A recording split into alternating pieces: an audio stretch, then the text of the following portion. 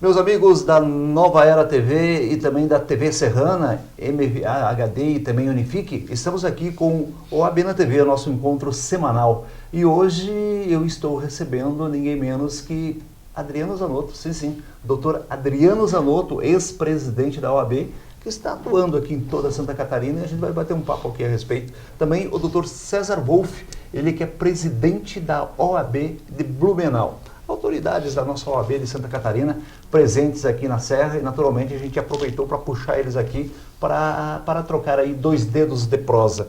Doutor Adriano Zanotto, iniciando a nossa prosa aqui no nosso programa OAB na TV, o que é que podemos dizer sobre a atuação da OAB em geral, dos advogados aqui em Santa Catarina?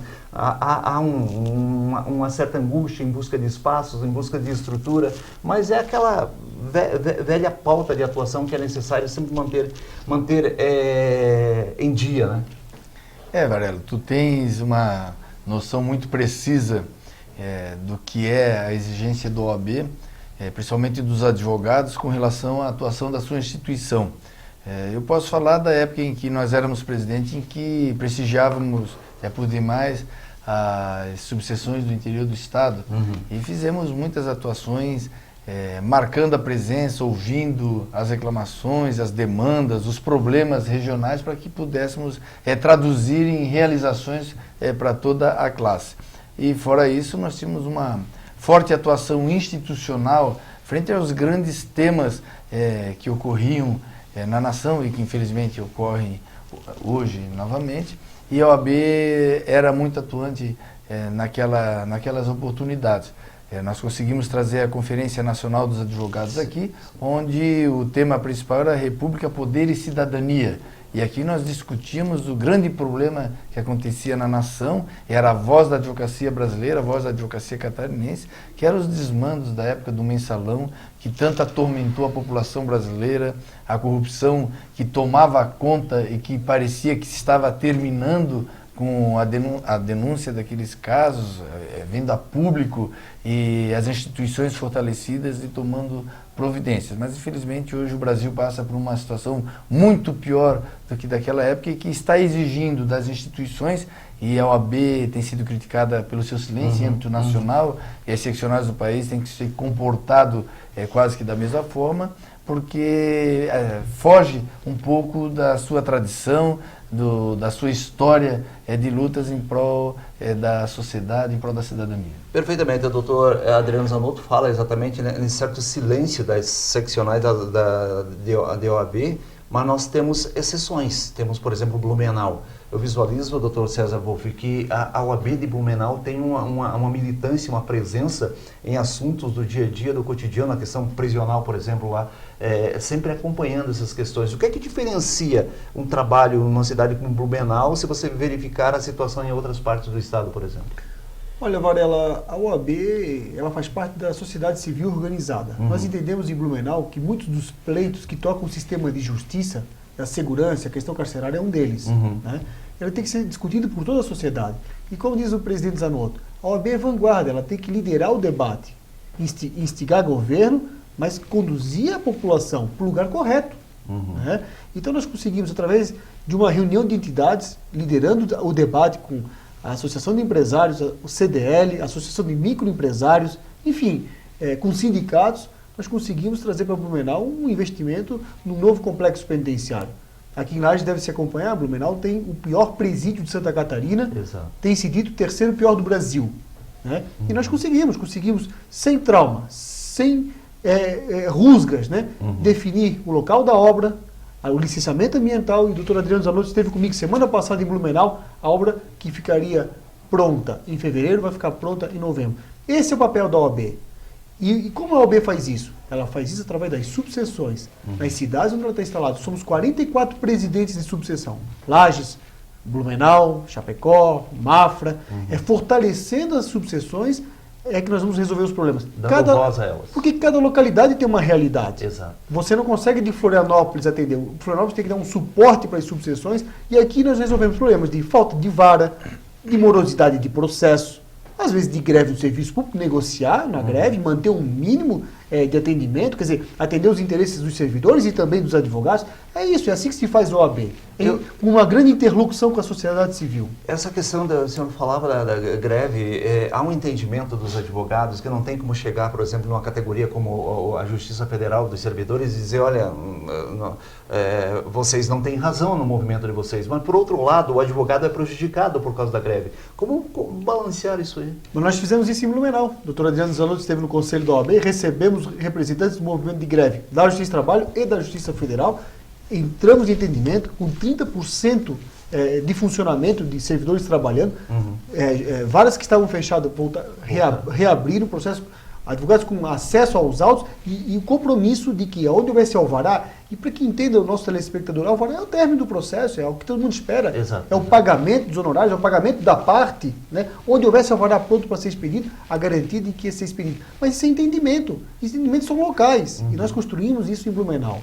Doutor Adriano Zanotto, a OAB em Santa Catarina pode ter mais voz ainda em termos de demandas, como aponta o doutor Wolff, presidente da OAB? A primeira coisa importante é deixar claro, e o Wolff pontuou muito bem, é que quando há uma greve na justiça, o grande prejudicado não são os advogados, é a sociedade, é o cidadão. O cidadão que procura o Poder Judiciário para atender Mas quem as operacionaliza suas isso demandas. acaba sendo o advogado. Justamente, o advogado é o porta-voz dessas angústias do cidadão, que está esperando no Judiciário o seu último momento de crença de que efetivamente os direitos assegurados na Constituição e nas leis brasileiras serão cumpridos. E o advogado tem essa missão.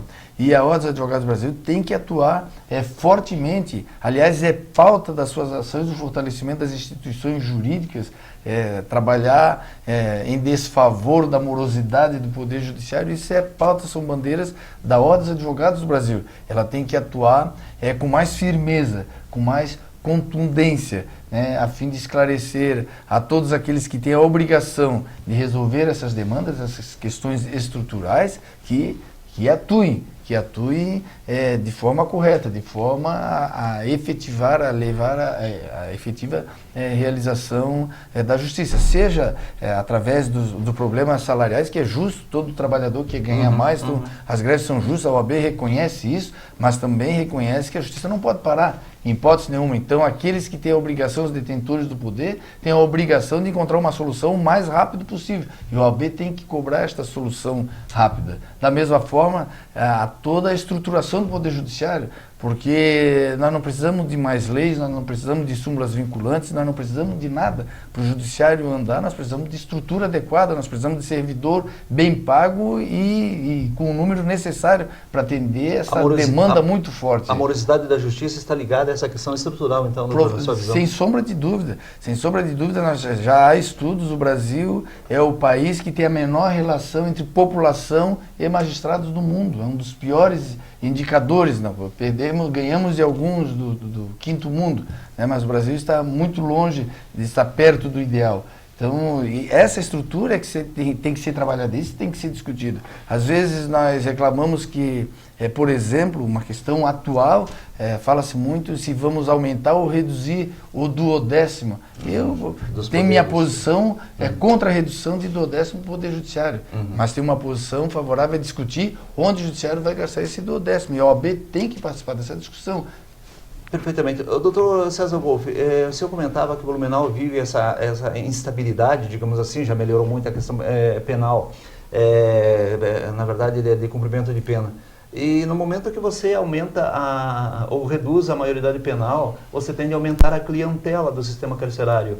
Como é que a OAB de Blumenau visualiza essa situação que está para ser definido aí adiante?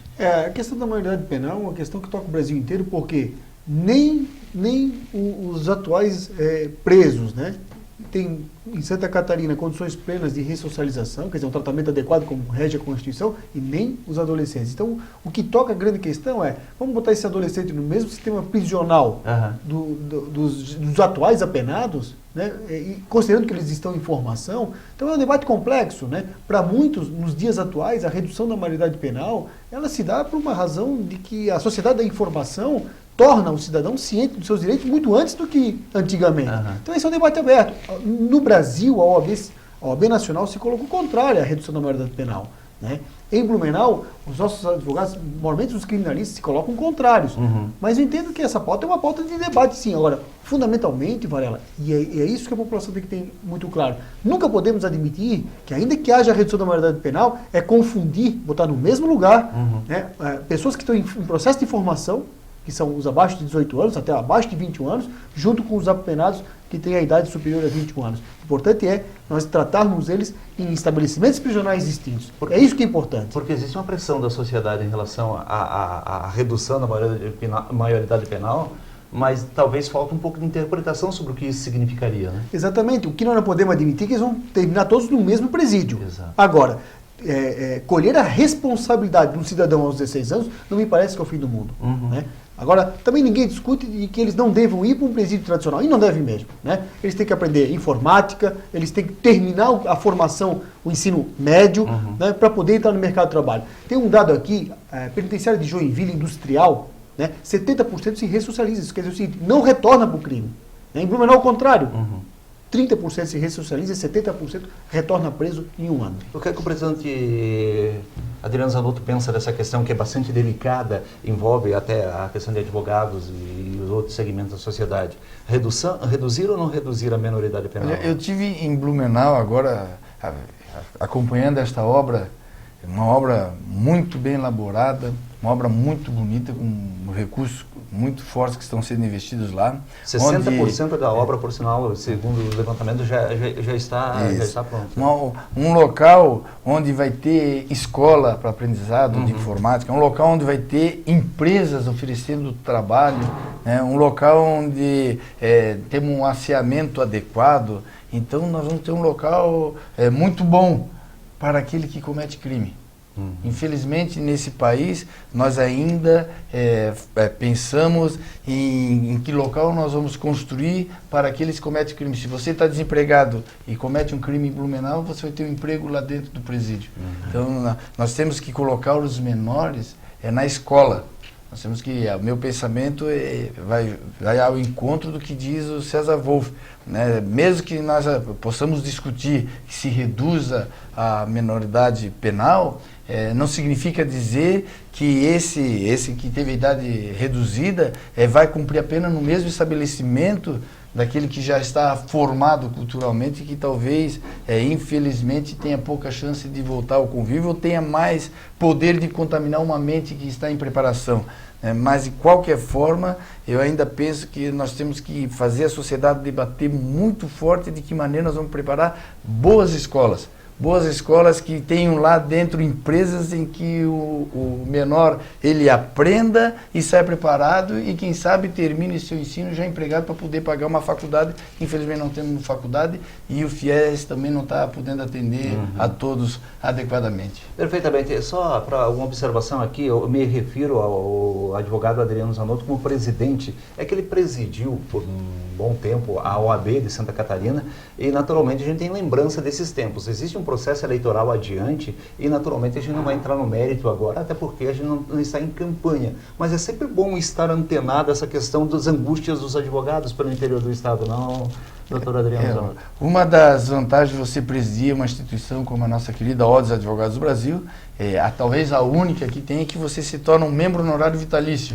Então eu tenho direito à voz em todos os fóruns de discussão da OAB. É a única coisa que ela assegura a um ex-presidente. E é evidente que nós nunca nos desconectamos com os assuntos relativos à advocacia, que é algo que realmente foi uma missão, uma vocação que nós recebemos, e desde os bancos escolares, desde o escritório onde fui formado, tendo um pai advogado e que começou também do zero, e desta forma esta paixão me impede de não estar participando ativamente da vida e dos problemas da nossa advocacia. Doutor César Wolff, esse diálogo, essa integração, essa busca de contato permanente entre os presidentes de subseções da OAB, é importante até para ver como é que está a realidade em cada município, em cada região do estado? Sim, são problemas comuns, né? Nós nos reunimos necessariamente 4 vezes ao ano no colégio de presidentes, e exatamente para trocar experiência,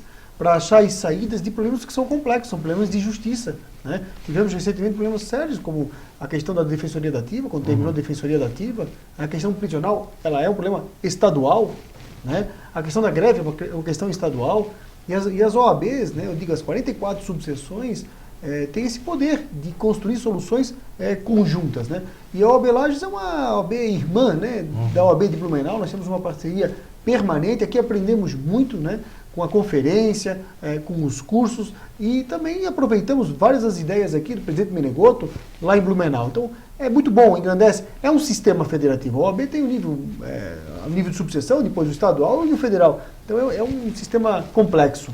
O doutor César Wolff, o senhor falou em defensoria dativa, enquanto representante de uma das entidades mais importantes da sociedade catarinense, o senhor está contente com o trabalho hoje da defensoria pública que o governo do estado instituiu, ou o acesso à justiça se tornou mais limitado por parte daquele que não tem acesso a um advogado, por exemplo? Você sabe que a defensoria pública foi instituída por uma ordem do Supremo Tribunal Federal, por uma ordem constitucional, mas a defensoria dativa não acabou.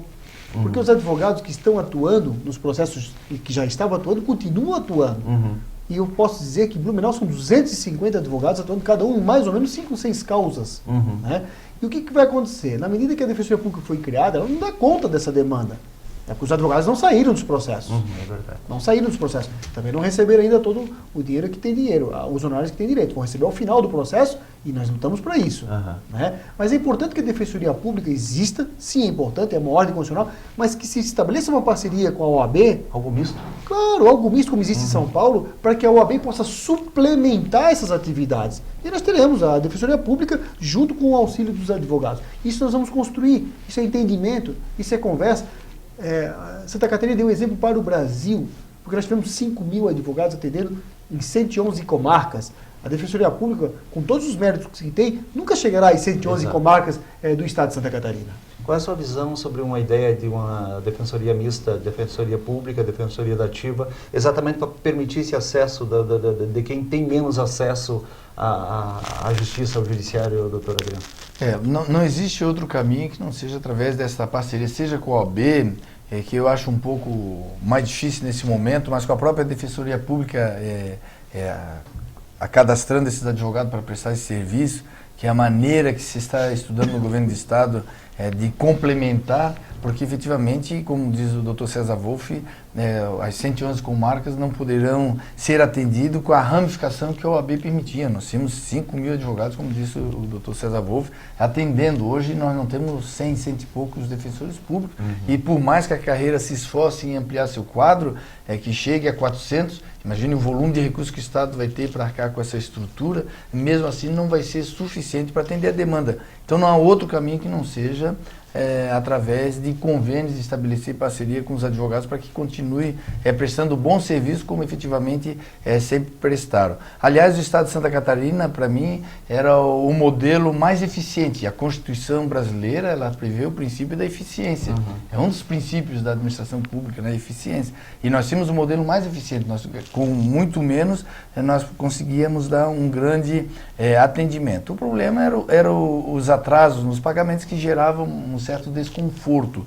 E sobre isto, quando eu parti para missões institucionais e fui ser procurador-geral do Estado, um dos compromissos que eu exigi do ex-governador Luiz Henrique da Silveira é que eu, como ex-presidente da OAB, tinha que resolver o problema da defensoria dativa. E nós criamos no ano de 2007 o Fundo da Defensoria Dativa, que nós criamos o recurso novo para fazer frente a todos esses valores atrasados. E eu tenho uma grande alegria de saber que de 2007 até hoje, graças ao projeto do Fundo da Defensoria Dativa, nós pagamos 250 milhões de reais. E esse resto que falta para pagar, o Fundo da Defensoria Dativa tem o dinheiro em caixa. É só uma questão operacional, e eu já fui falar com o governador do estado nesse sentido, o governador Raimundo Colombo, com o vice, Eduardo Pim Moreira, é uma questão operacional para que se utilize esse recurso e faça frente a essa diferença que tem aí. Foi uma grande conquista de um membro honorário vitalício, cumprindo uma missão para a advocacia fora das hostes da OAB. E eu comemoro muito isso porque eu, como presidente, sofri muito quando não tínhamos recursos e era muito criticado pela falta de recursos para fazer frente a essa despesa, diante de um trabalho magnífico realizado pela advocacia catarinense. Perfeitamente. O doutor Adriano Zanotto nessa conversa conosco, juntamente com o doutor César Wolff, que é o presidente da OAB de Blumenau, e é exatamente sobre essa questão de ter acesso, conseguir conversar com um representante de uma entidade, de uma cidade como Blumenau, que eu gostaria até de indagar ao Dr. César a diferença de você atuar numa comarca como Blumenau e uma comarca mais do interior do estado, doutor? Os problemas, eles mais ou menos, os problemas para o advogado são mais ou menos parecidos? Não tem diferença sim, por isso a importância da OAB de estar no interior do estado. Integrar isso? Sim, a gente conversava com advogados agora aqui de comarcas menores, um pouco até do que Lages, e essas comarcas muitas vezes são lugares de passagem de juízes. Né? Porque elas são, vamos dizer assim, o início da carreira do magistrado. E é importante que a OAB exija que o juiz more na comarca, né? Que se estabeleça lá um período, que tenha juiz, às vezes o promotor, o juiz estão respondendo por 2, 3 comarcas. São problemas que em comarcas grandes, né, ou do final da carreira, como Blumenau, talvez não ocorram. Nossos problemas talvez sejam de outras ordens, como a morosidade da justiça, né? Como a greve. Por exemplo, a greve em Blumenau pegou de forma muito, muito forte. Nem em todas as comarcas do interior isso pegou. Então, nós temos experiências diferentes, mas é daí a importância de nós, presidentes, nos apoiarmos, né, para que a gente possa resolver cada um dos problemas de cada subseção. Mas há diferença sim. A gente, correndo o estado aqui, conversando com os colegas presidentes, percebe que cada subseção, cada comarca é uma realidade diferente. Perfeitamente. Obrigado, doutor César Wolff e doutor Adriano Zanotto. Para nós fecharmos, é importante então dizer, inclusive, ao advogado de Lages, de que a OAB tem esse foco, essa visualização de tentar combater essas desigualdades ou esses problemas. Esse é o papel principal da OAB.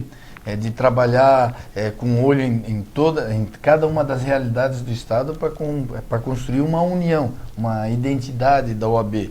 E esse foco, esse intercâmbio entre subseções faz com que as subseções, os presidentes das subseções levem as suas experiências aos colegas presidentes e também a seccional, para que dessa forma se encontre uma solução que ajude no dia a dia da advocacia e que todos entendem. Quando se fala em contribuir para o dia a dia da advocacia, está se construindo a cidadania. Perfeitamente. Doutor Adriano Zanotto já foi presidente da OAB de Santa Catarina, ele já foi presidente do IPREV também, já procurador geral do Estado, enfim, tem um currículo aí que, se a gente começar a falar aqui, vamos longe. Obrigado ao doutor Adriano Zanotto participando conosco do OAB na TV e também ao doutor César Wolff, presidente da OAB de Blumenau, também nos deu o prazer desse bate-papo rápido aqui. Em breve, possivelmente, a gente consiga voltar a dialogar com eles visitando aqui a região, a gente procura puxar aqui para a gente conversar com mais calma alguns assuntos de interesse naturalmente dos advogados, dos operadores de direito em geral. A todos obrigado pela audiência, a gente se encontra aqui na programação da Nova Era TV e da TV Serrana. Um abraço a todos.